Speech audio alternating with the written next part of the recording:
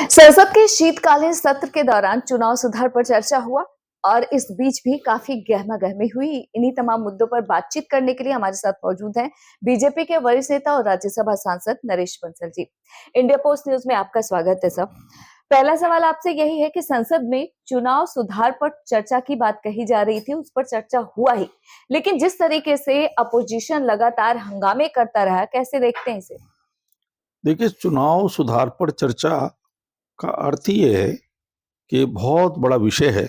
पूरे देश भर की चुनाव की जो प्रक्रिया है उसमें कुछ महत्वपूर्ण सुधार आए और विपक्ष उसमें अपने सुझाव दे।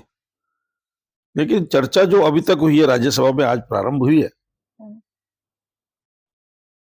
विपक्ष की कोई तैयारी इस तरह की दिखती नहीं है कि वो कुछ अपने सुझाव दे सके।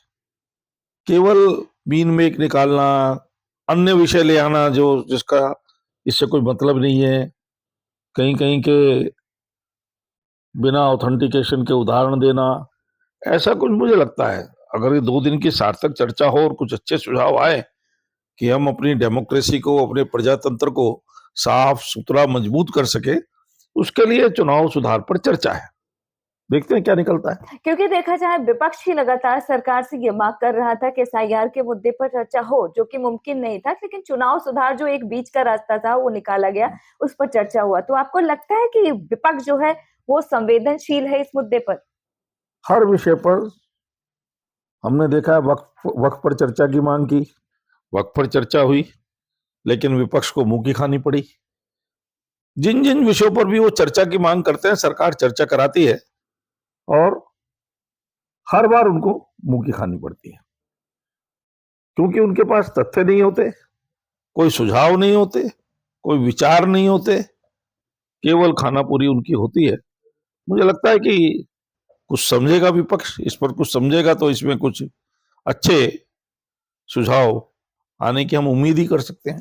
एक और सवाल, राहुल गांधी का ये लगातार कहना कि जब गृह मंत्री अमित शाह संसद में जवाब दे रहे थे तो वो डरे हुए थे, उनका हाथ कांप रहा था, क्या कहें? अब ये पता नहीं वो कौन सी बैरोमीटर उनके पास है जिससे वो देखते हैं कि आदमी कौन डरा हुआ है।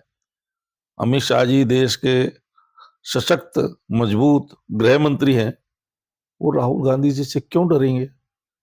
उन्होंने जो बोला उससे क्यों डरेंगे?